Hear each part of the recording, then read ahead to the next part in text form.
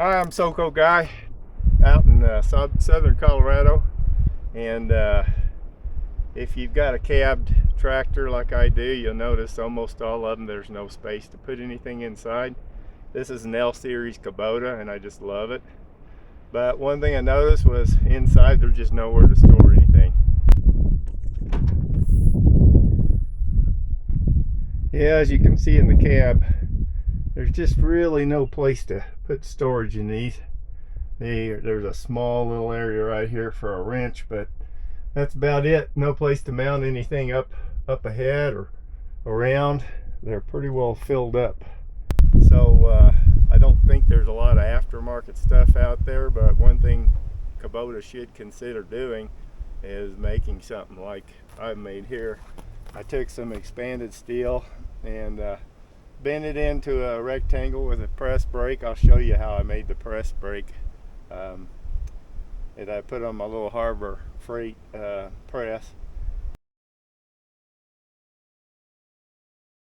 I have a little cheap hydraulic press here from Harbor Freight, I believe.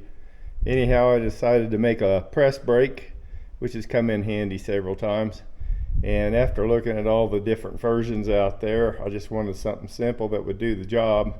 Here's what I came up with. I just got a steel plate with two pieces of 1.5 or 2 inch angle on top, welded on the top section angle, but I reinforced the inside of it with steel and made a simple little clamp for the top, and it gets the job done. Some of them are spring-loaded return and pretty fancy, but if you're doing anything 1/4 inch or less, this does a great job. Width-wise, maybe something a little wider might be a little more difficult, but for anything about that size in width or less, it does great.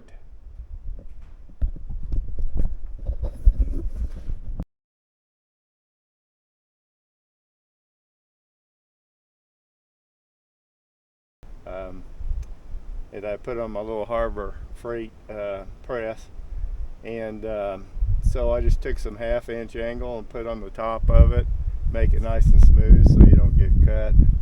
And you can strap a small chainsaw, or I have a hatchet in mine for branches. We've got a lot of trees and big old chain in there, and so anyhow it works out real good for me. It's a place to store stuff, and it's out of the brush and debris where it's not going to get anything damaged there. And it's pretty simple installation. I just fabbed a bracket and welded it to it here. You can see with 2 bolts. I'll do a close-up on that.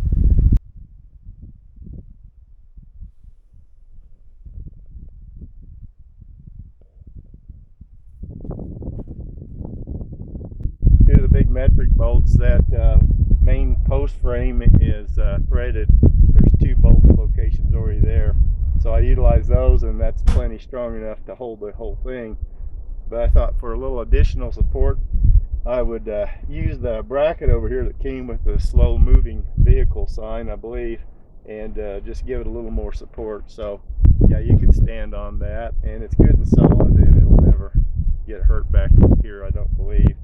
Still enough room that I can raise and lower my implements fully without worrying about damaging it. So I'll give you a little more detail in a minute.